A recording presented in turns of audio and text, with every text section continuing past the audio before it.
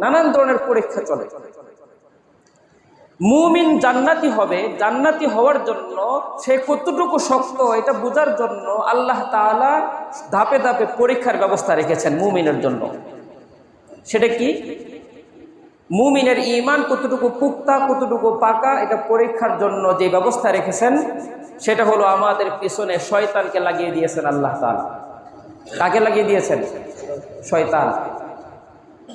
শয়তানের মেহনত হলো পুরোটাই একজন মানুষকে কিভাবে জাহান্নামী করা যায়।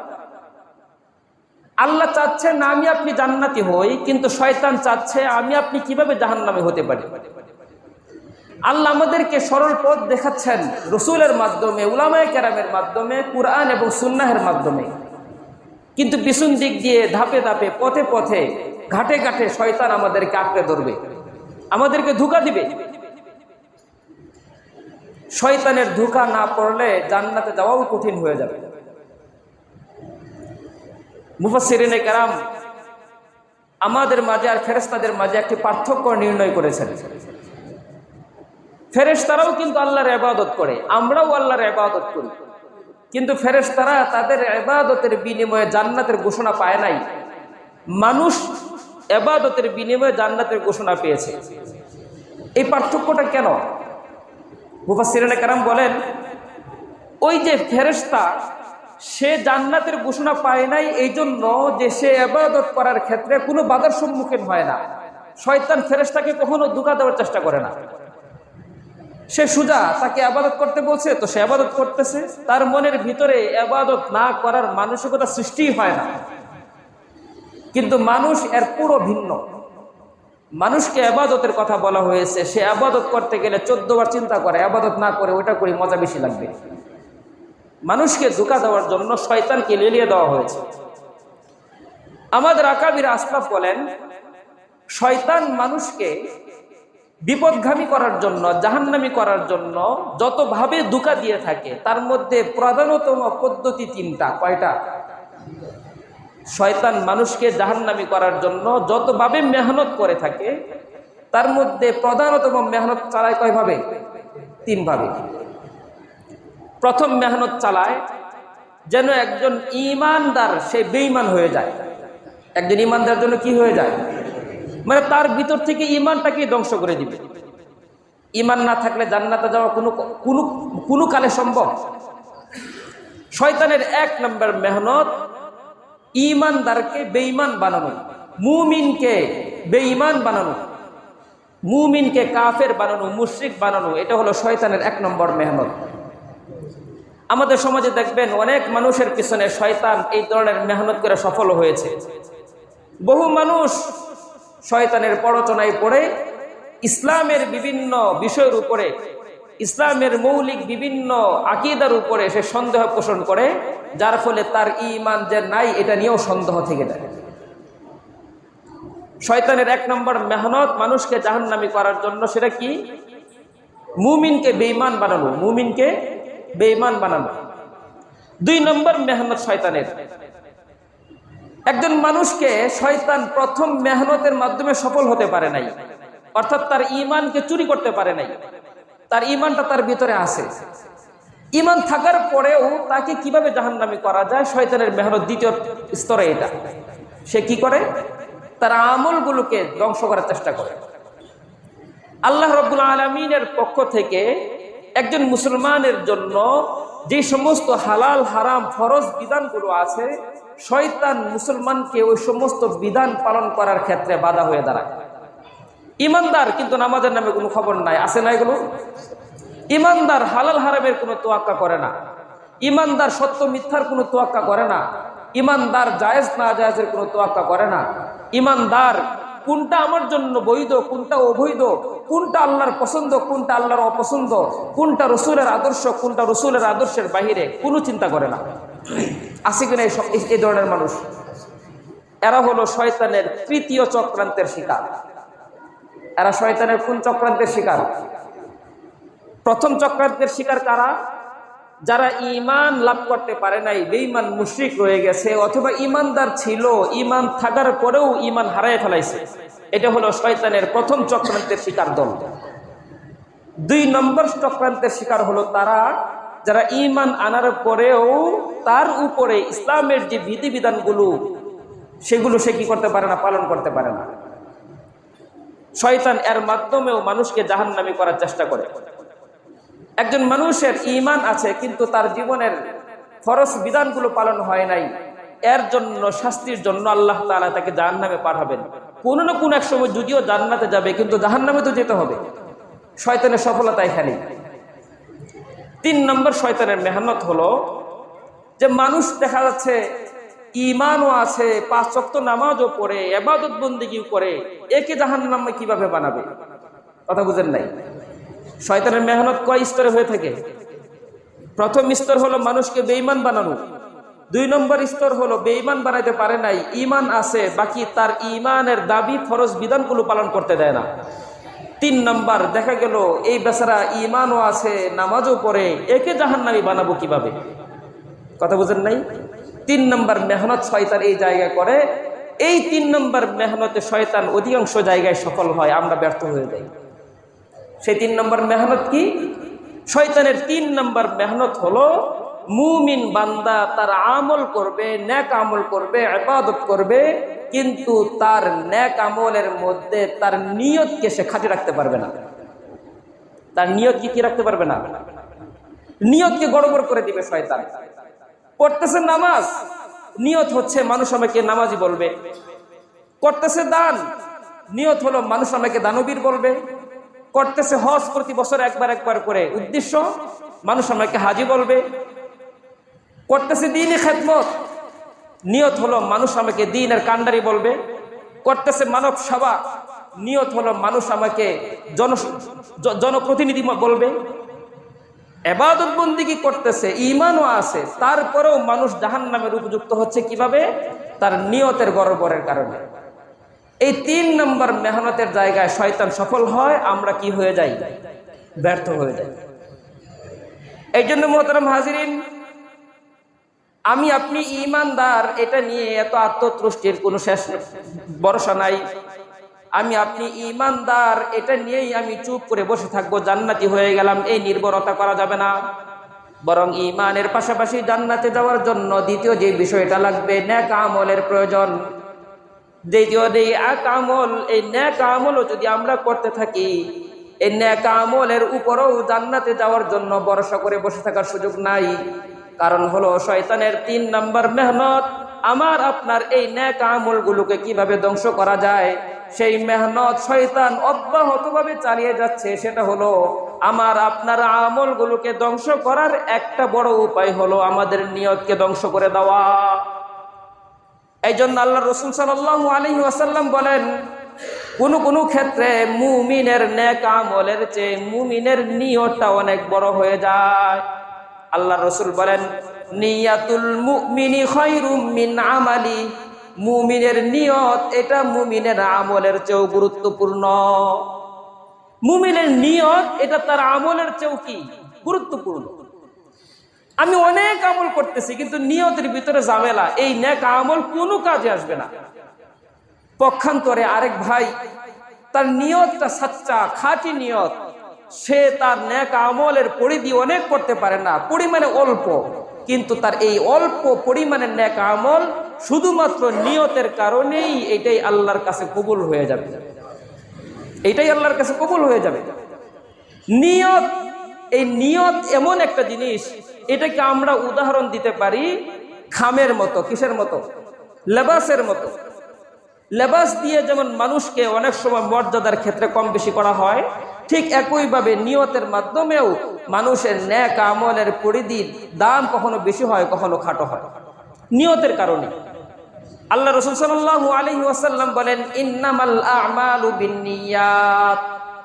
নিয়তের দাম এটা নির্ণয় হবে, আমলের মান, আমলের দাম এটা নির্ণয় হবে নিয়তের মাধ্যমে। ইন্নামাল আ'মালু বিন্নিয়াত। আমি যে নেক আমল করতেছি এটার মর্যাদা কতটুকু, এটা নির্ণয় হবে কিসের মাধ্যমে? নিয়তের মাধ্যমে। আমার নিয়ত ভালো আছে তো আমার এই নেক আমলের দাম আছে। আমার নিয়তের ভিতরে কোন হজবরল আছে তো আমার এই আমলের দামের মধ্যেও কোনো ঝামেলা আছে। এই জন্য দেখবেন কখনো কখনো ছোট ছোট বিষয় নিয়তের কারণেও আল্লাহ তাআলা তাকে বড় বড় নেকি দিয়ে থাকেন। আপনি বের হয়েছেন, বাজারের প্রয়োজন, বাসার জন্য বাজারের প্রয়োজন, আপনি বাসার জন্য বাজারের জন্য যখন প্রয়োজন তখন বের হন নাই, আপনি বের হলেন এমন সময়ে যাতে বের হয়েছে যেহেতু একদম নামাজ পড়েই বাসায় যাব, এই যে আপনি এই নিয়তে বের হলেন, যদিও আপনার বড় কাজ হলো বাজার করা, কিন্তু এই যে নামাজের অপেক্ষায় আপনি বাহির অবস্থান করতেছেন, যতক্ষণ পর্যন্ত নামাজের নিয়ত অপেক্ষা করতেছেন ততক্ষণ পর্যন্ত আপনার আমল নামায় নামাজের নেকি দেওয়া হচ্ছে। সুবহানাল্লাহ। আপনি নিয়ত করেছেন যে আমি এই বছর আমার সম্পদের এই পরিমাণ টাকা যাকাত দিব, এই পরিমাণ টাকা যাকাত দিব, আপনি যাকাত দিয়েছেন, কিন্তু ভুল ক্রমে যাকাতটা সুপাত্রে দিতে পারেন নাই, অপাত্রে হয়ে গেছে, এমন ব্যক্তিকে দিয়েছেন যে আসলে যাকাতের যোগ্য ছিল না, ভুলে দিয়ে দিয়েছেন। শরীয়ত বলে যদিও তার যাকাতের টাকা যথাস্থানে যায় নাই, ভুল ক্রমে অন্য জায়গায় চলে গেছে, কিন্তু তার নিয়ত খাঁটি থাকার কারণে আল্লাহ তাআলা তার যাকাতকে কবুল করে নেবেন। সুবহানাল্লাহ।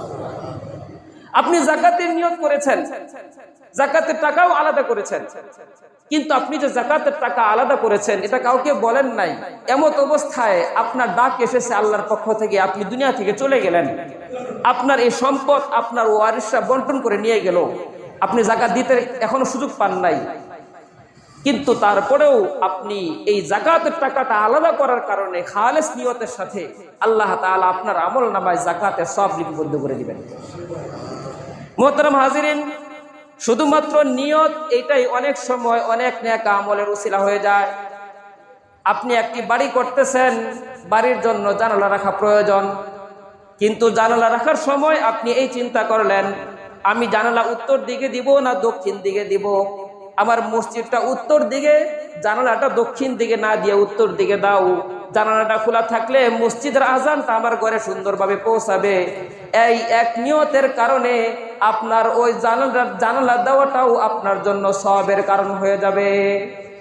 আপনার তো বাসায় জানালা প্রয়োজন, কিন্তু নিয়ত কি করেছিলেন এদিক দিয়ে দিলে বাসায় আজানটা সহজে আসবে, তো এই জানালা দেওয়াটাও আপনার জন্য ইবাদত। নিয়তের কারণে অনেক সময় ছোট ছোট বিষয়ও আল্লাহর কাছে ইবাদতে পরিণত হয়। এই জন্য রাসূল করিম সাল্লাল্লাহু আলাইহি ওয়াসাল্লাম বলেন নিয়ত এর কত গুরুত্ব। একজন ব্যক্তি শুধুমাত্র একটা বিষয়ের নিয়ত করেছে, ভালো কাজের নিয়ত করেছে, আল্লাহ তাআলা সাথে সাথে ওই ভালো কাজের নিয়তের কারণেই তার আমল নামায় একটা নেকি দিয়ে দেন। এখন নেক আমল করেই নাই, তারপরেও একটা নেকি তার আমল নামায় লেখা হয়ে যায়। সুবহানাল্লাহ। যখন নেক আমল করে তখন ডবল। শুধুমাত্র নেক আমলের নিয়তের কারণেই আল্লাহ তাআলা তার আমল নামায় কি দিয়ে দিচ্ছেন? নেক আমল দিয়ে দিচ্ছেন, সওয়াব দিয়ে দিচ্ছেন। এই জন্য মুহতারাম হাজিরিন, নিয়ত এটা অনেক গুরুত্বপূর্ণ একটি বিষয়। বুখারী শরীফে এসেছে বনি ইসরাইলের একজন ব্যক্তি যে কিনা ৯৯টা খুন করেছিল, ৯৯টা খুন করার পরে তার ভিতরে অনুশোচনা জেগেছে, হায় হায় আমি কি করলাম, আমার তো তওবা করা দরকার।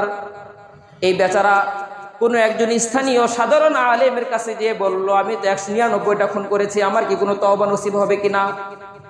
ওই বেচারা জানার কমতি ছিল, সে বলল এটা তো অনেক জঘন্য একটি কাজ করেছো তুমি, ৯৯টা অপরাধ, এটা তো কোনো ছোটখাটো কোনো বিষয় না, আল্লাহ কি এত সহজে মাফ করবে তোমাকে? ওই ৯৯ খুনের খুনি সে বলল ৯৯টা পূর্ণ করলাম, আল্লাহ যদি আমাকে মাফ নাই করেন তাহলে আর একটাকে বাজায় রাখার কি দরকার, এটা পূর্ণ হয়ে যাক, তোমাকে দিয়ে ১০০ পূর্ণ করি। সাথে সাথে তাকে হত্যা করে। ৯৯ খুনি ওই আলেমকে হত্যা করার মাধ্যমে ১০০ খুন পূর্ণ করলো। কিন্তু কয়েকদিন পরে তার মনের ভিতরে আবারও সেই অনুশোচনা, কি করলাম, আমার তোর খুনের পরিধি সংখ্যা আরেকটা বেড়ে গেল, আমি কি মাপ পাবো না? তিনি তার মাপের আশায় স্থানীয় আরেকজন আলেমের কাছে গেলেন যে আমার কোনো করণীয় আছে কিনা, আল্লাহ কি আমাকে ক্ষমা করবেন কিনা। ওই আলেম বললেন লা তাকনাতু মির রাহমাতিল্লাহ, আল্লাহ বলেছেন তুমি যত বড় পাপাচারী হও না কেন আল্লাহর রহমত থেকে নিরাশ হও না। এক কাজ করো, তোমার জন্য তওবা নসিব হবে, কিন্তু তোমার যে তবিয়ত, তোমার যে অভ্যাস খারাপ হয়ে গেছে, তুমি তোমার অভ্যাসকে পরিবর্তন করার জন্য একটি ভালো পরিবেশের সংস্পর্শ প্রয়োজন। তুমি এক কাজ করো, অমুক এলাকার লোকজন ভালো, সেখানে চলে যাও। এই লোকটা নিজের সংশোধনের জন্য নিজে ইসলাহের জন্য, নিজে পরিশুদ্ধ হওয়ার নিয়তে বাড়ি থেকে বের হয়ে গেল। বাড়ি থেকে বের হয়ে গেল ওই ভালো এলাকার সংস্পর্শ গ্রহণ করার জন্য। সে হাঁটতেছে, সফর করতেছে, ভালো এলাকার কাছাকাছি যাবে, কিন্তু পথিমধ্যে তার হায়াত ফুরিয়ে যায়। আজরাইল আলাইহিস সালাতু ওয়াস সালাম তার জানটা কবজ করে নিয়ে যায়। সে জান কবজ করার কারণে ওই পথিমধ্যে, রাস্তার মধ্যে সে মৃত অবস্থায় পড়ে আছে। ফেরেশতারা এসেছে তার রূহকে নিয়ে যাবে। জান্নাতের ফেরেশতারা এসেছে, এই ব্যক্তি যেহেতু তওবার নিয়তে ঘর থেকে বের হয়েছে, আল্লাহ তার তওবা কবুল করেছেন, তার রূহটাকে জান্নাতে নিয়ে যাব। আরেক দিক থেকে জাহান্নামের ফেরেশতারা এসেছে, এই লোকটা তো 100 খুনের খুনি, তার কোনো মাফ নাই, তার রূহটাকে আমরা জাহান্নামে নিয়ে যাব।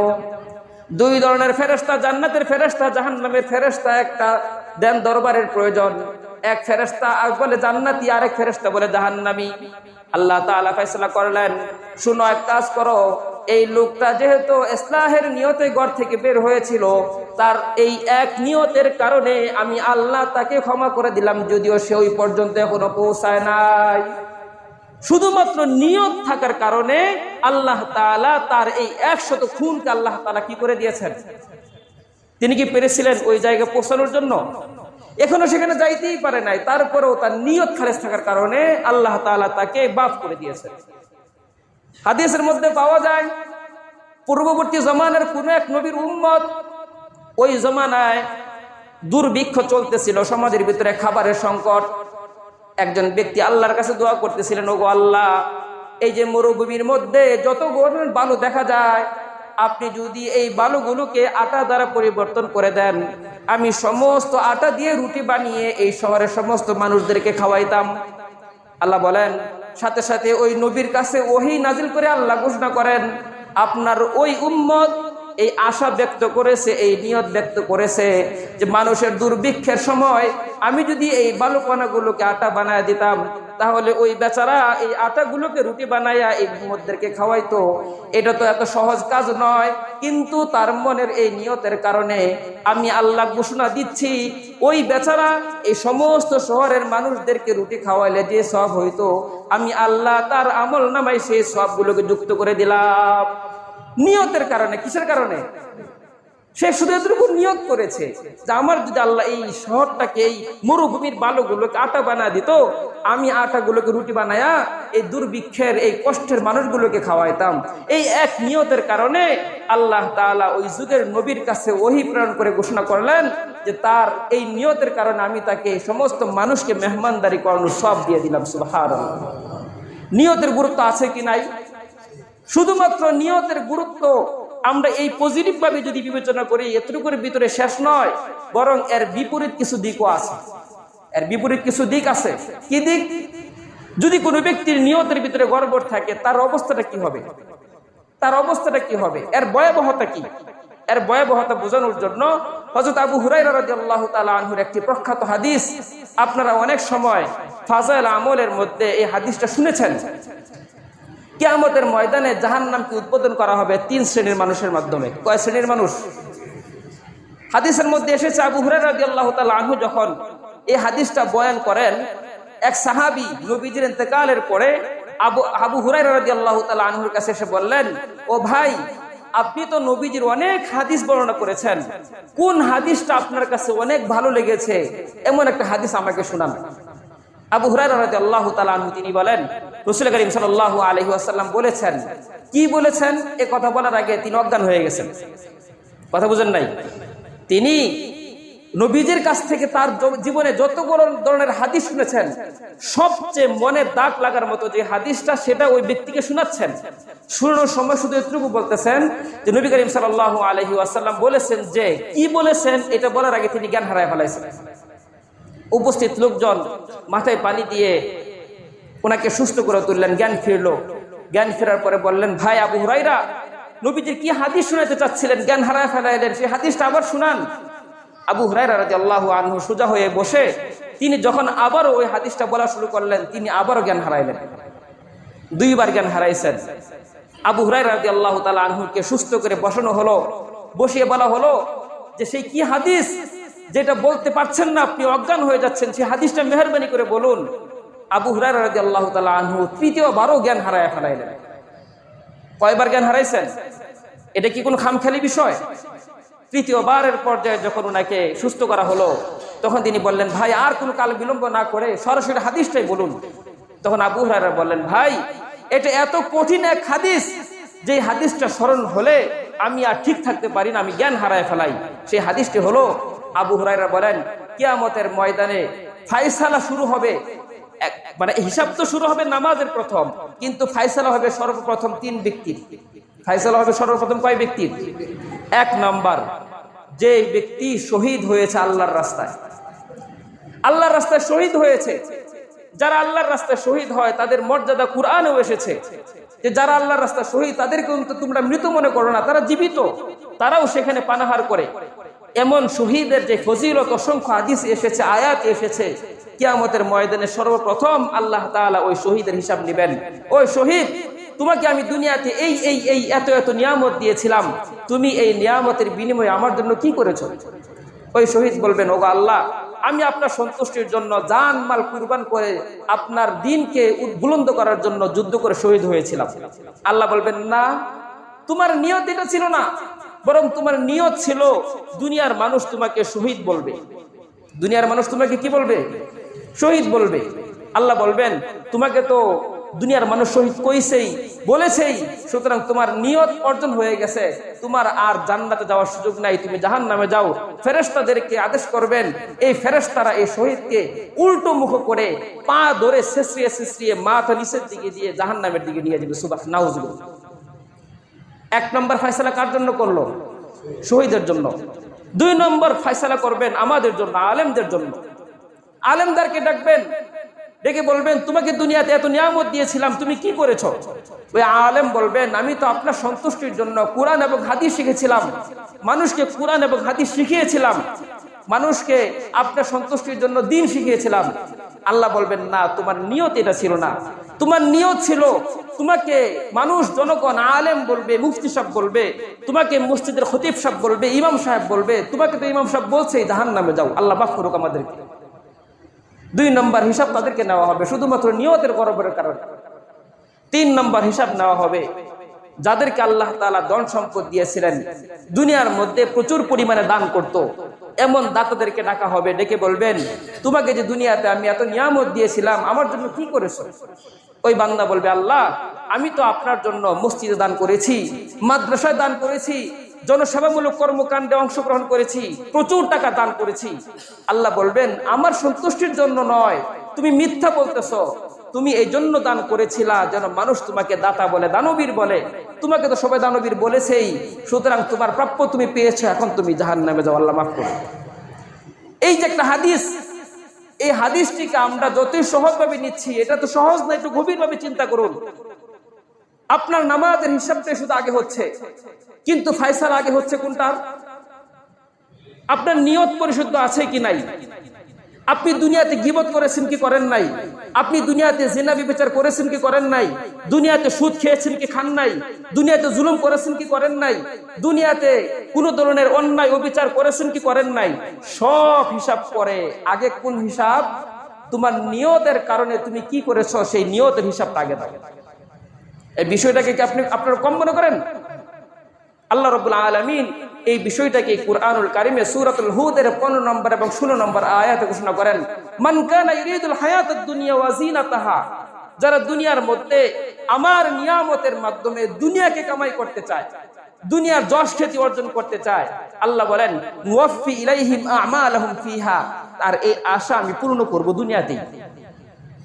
যারা দুনিয়াতে আল্লাহর নিয়ামতকে পেয়ে দুনিয়ার যশ খ্যাতি অর্জন করতে চায়, আল্লাহ বলেন দুনিয়াতে আমি তার এই পাওনা, তার এই আশা পূর্ণ করব। আল্লাহ বলেন এরপর অবস্থা কি হবে? উলাইকাল্লাযীনা লাইসা লাহুম ফিল আখিরাতি ইল্লান নার, বিনিময়ে দুনিয়াতে যত ভালো কাজই করুক, আখিরাতে তার জন্য জাহান্নামের আগুন ছাড়া আর কিছুই থাকবে না। জাহান্নামে তার আগুন ছাড়া কিছুই থাকবে না আখিরাতে। আমাদেরকে যে সমস্ত সম্পদ আল্লাহ তাআলা দিয়েছেন, বহু নেক আমল করতেছি, যে নিয়ামত দিয়েছেন এর বিনিময়ে বহু নেক আমল করতেছি, কিন্তু এর বিপরীতে আমার নিয়ত যদি পরিশুদ্ধ না থাকে, আমি চাচ্ছি এই নেক আমলের বিনিময়ে মানুষ আমাকে নামাজি বলুক, মানুষ আমাকে হাজি বলুক, মানুষ আমাকে দানবীর বলুক, মানুষ আমাকে সৎ মানুষ বলুক, উদ্দেশ্য জান্নাত নয় বরং দুনিয়ার যশ খ্যাতি। আল্লাহ বলেন ওয়াফি ইলাইহিম আমালুহুম ফিহা, তার জন্য দুনিয়াতে সে আশা পূর্ণ হবে, কিন্তু জাহান্নাম আখিরাতে তার জন্য থাকবে শুধুমাত্র লাইসা লাহুম ফিল আখিরাতি ইল্লান নার, জাহান্নামের আগুন। আর দুনিয়াতে ওই ভালো কাজ নেক আমল, ওয়া হাবিতা মা সানাউ ফিহা, দুনিয়াতে যত নেক আমল করেছে সবগুলোকে আমি ধ্বংস করে দিব, নাউজুবিল্লাহ। সবগুলোকে কি করে দিবেন? অবাতিলুম মা কানু ইয়ামালুন, এবং দুনিয়াতে যত ধরনের নেক আমল করেছে সবগুলো বাতিল হয়ে যাবে। কি হয়ে যাবে? এই জায়গায় হলো শয়তানের 3 নম্বর মেহনত এবং সে সার্থক। শয়তান আমাদেরকে দিয়ে বেঈমান বানাতে পারে নাই, শয়তান আমাদেরকে দিয়ে নেক আমল থেকে বিরত রাখতে পারে নাই। আমরা ঈমানের উপর অবিচল আছি, নিয়মিত নেক আমলও করতেছি, কিন্তু 3 নম্বর জায়গায় এসে শয়তান আমাদের ইবাদতের উদ্দেশ্য বানিয়ে দিচ্ছে আখিরাত না, বরং আমাদের ইবাদতের উদ্দেশ্য বানিয়ে দিচ্ছে দুনিয়ার যশ খ্যাতি। আল্লাহ বলেন তোমাকে দুনিয়ার যশ খ্যাতি দিব, তুমি শয়তানের খপ্পরে পড়েছো, আখিরাতে তোমার পাওনা শুধুই আগুন, তোমার নেক আমল সব ধ্বংস, নাউজুবিল্লাহ। আপনাদের মনে থাকার কথা, বেশ কয়েক সপ্তাহ আগে বলেছিলাম, মুমিন তার ঈমান থাকার পরেও তার আমল কি কি কারণে ধ্বংস হয়, মনে আছে আপনাদের? মুমিন ঈমানদার আমল করে, কিন্তু কি কি কারণে তার আমল ধ্বংস হয়ে যায়, এটাও একটা কারণ, তার নিয়ত পরিশুদ্ধ না হওয়া, তার নিয়ত পরিশুদ্ধ না হওয়া। এই জন্য মুহতারাম হাজিরিন, আগে নেক আমলের আগে সবার প্রথম নিয়তকে সামনে রাখা। কি সামনে রাখা? আগে নিয়তকে যাচাই করব। নিয়ত যদি খালেস হয়, নবীজি বলেন আখলিস দীনাকা, তুমি যে আমলটা করবো এটাকে খাঁটিভাবে করো, তাহলে একফিকাল আমালুল কলিল, তোমার ওই আমলে কলিল, অল্প আমল, এটাই তোমার জন্য নাজাতের জন্য যথেষ্ট হয়ে যাবে। এই যে সামনে দেখবেন আর 2-3 সপ্তাহ পরে আমাদের একটি বিশাল বৃহৎ একটি ইবাদতের মৌসুম আসতেছে, কুরবানি। কুরবানি কুরবানি পশু ক্রয় করার সময় দেখবেন বহু মানুষের নিয়ত এটা থাকে, এত ছোট গরু কিনলে সমাজের মানুষ আমাকে কি বলবে। এরকম হয় না অনেক সময়? আমার যে পারিবারিক স্ট্যাটাস, আমার যে বংশীয় অবস্থান, এর সাথে এই ছোট গরু যায় না, একটু বড় গরু নাও। এই ধরনের যদি কোনো নিয়ত থাকে, আপনার কুরবানিও আল্লাহর কাছে কবুল হবে না, বরং এই গরুর বিনিময়ে দুনিয়াতে আপনি নাম কামাইতে পারবেন, এই গরু কুরবানির কারণে দুনিয়াতে আপনি গোশত খাইতে পারবেন, আখিরাতে এর বিনিময়ে কিছু পাবেন না, বরং হাবিতা মা সানাউ, আপনার এই কর্ম সব বাতিল, ওয়া বাতিলুম মা কানু ইয়ামালুন, এবং সব অগ্রহণযোগ্য হয়ে যাবে। এই জন্য কুরবানি আসতেছে, কুরবানি আসার আগেই মানে নিয়তের পরিশুদ্ধের বিষয়টা কুরবানির জন্য খাস নয়, সমস্ত নেক আমলের ক্ষেত্রে সর্বপ্রথম শর্ত হলো নিয়তকে খালেস করা। যেহেতু সামনে কুরবানি, অনেক ভাই, অনেক মুসলমান এখন থেকে কুরবানির প্রস্তুতি নিচ্ছেন, আপনাদের এই শুরুতেই কথাটা মনে রাখা যেন আমাদের নিয়তগুলো কি হয়, খালেস হয়, আমাদের নিয়তগুলো যেন খালেস হয়। এবং এই ক্ষেত্রে আপনাদেরকে আমি আজকের বিষয়ের সাথে যদিও অপ্রাসঙ্গিক একটা বিষয় আপনাদের কাছে আরজ, সেটা হলো কুরবানি যেহেতু করবই শুধুমাত্র আল্লাহর সন্তুষ্টির জন্য, এই কুরবানি আমি যদি আমার বাড়িতেও করে আল্লাহ খুশি হবেন, এই কুরবানি আমার বাড়ির বাহিরে অন্য জায়গা করলেও আল্লাহ কি হবেন, খুশি হবেন। আমাদের বাংলাদেশে প্রত্যন্ত অঞ্চলে এমন আছে যে সমস্ত অঞ্চলে মানুষের দারিদ্রতার সুযোগ নিয়ে খ্রিস্টান মিশনারিরা তাদের পিছনে মেহনত করে করে গণহারে পরিবারকে পরিবার, গ্রামকে গ্রাম খ্রিস্টান বানিয়ে দিচ্ছে, শুধুমাত্র এই দারিদ্রতার সুযোগ নিয়ে। তাদেরকে আটা দিচ্ছে, তাদেরকে চাল দিচ্ছে, তাদেরকে গম দিচ্ছে, তাদেরকে চিকিৎসা সেবা দিচ্ছে, দিতে দিতে দিতে দিতে মানুষ ওই তাদের মিশনের এগুলো গ্রহণ করতে করতে তাদের কাছে জিম্মি হয়ে যায়। একটা পর্যায়ে যখন তাদের কাছে এই বিষয়টা উপস্থাপন করে, ওই দারিদ্র মুসলমানদের আর কিছু করার থাকে না। তারা এতটাই দরিদ্র যে তাদের দিন নুন আনতে পান্তা ফুরায়, তাদের ওই প্রয়োজনগুলো পূরণ করে খ্রিস্টান মিশনারিরা। আর আমরা আমার বাড়িতে কিভাবে 2 লাখ 3 লাখ টাকার গরু কুরবানি করব সেই দিকে তাকায় থাকি। আমাদের বাংলাদেশের অনেক সংস্থা এমন আছে যারা এই প্রত্যন্ত অঞ্চলগুলোতে কুরবানির ব্যবস্থা করে থাকে। আপনাদের কাছে উদাত্ত আহ্বান থাকবে, এই ধরনের কোন সোর্স যদি আপনারা পান নির্ভরযোগ্য, যেখানে উলামায়ে কেরাম এটার সাথে সরাসরি তত্ত্বাবধানে আছে, সেই জায়গায় আপনারা আপনার কুরবানির জন্য যে টাকাটা বাজেট থাকবে সেই বাজেটকে 2 ভাগ করুন, 2টা পশু কিনুন এক বাজেট দিয়ে, একটা পশু আপনার বাড়িতে রাখুন, আরেকটা পশু ওই সমস্ত অঞ্চলের জন্য পাঠান। আপনার ওখানে কি কুরবানি করলেন সেটা হয়তো বা আপনার সমাজের মানুষ দেখবে না, কিন্তু আপনার নিয়ত খালেস থাকার কারণে সেটার বিনিময়ে আল্লাহ তাআলা অবশ্যই অবশ্যই অবশ্যই আপনার আমলনামায় যোগ করবেন ইনশাআল্লাহ। এই জন্য মুহতারাম হাজিরিন, আলোচনার শেষে সবক এটাই, আমাদের আমল যেন ধ্বংস না হয়ে যায়, এই জন্য আমাদের করণীয় হলো আমাদের নেক আমলকে পরিশুদ্ধ করা। আমাদের নিয়তকে কি করা, আমাদের নিয়তকে পরিশুদ্ধ করা। আমার নিয়ত পরিশুদ্ধ তো আমার আমল এটা জান্নাতের জন্য উপযোগী। আমার নিয়তের ভিতরে গড়বড় তো শয়তান সার্থক, আমি ব্যর্থ, এই আমল আমাকে জান্নাতে নেওয়ার জন্য যথেষ্ট নয়, বরং এই আমল আমাকে জাহান্নামের পথ দেখাবে। আল্লাহ তাআলা আমাদের সকলকে দ্বীনের যে কোনো কাজের ক্ষেত্রে, ইবাদত বন্দেগীর ক্ষেত্রে সব সময় নিয়তকে পরিশুদ্ধ করে আমল করার তৌফিক দান করুন। সকলে বলে আমিন। ওয়া আখিরু দাওয়ানা আলহামদুলিল্লাহি।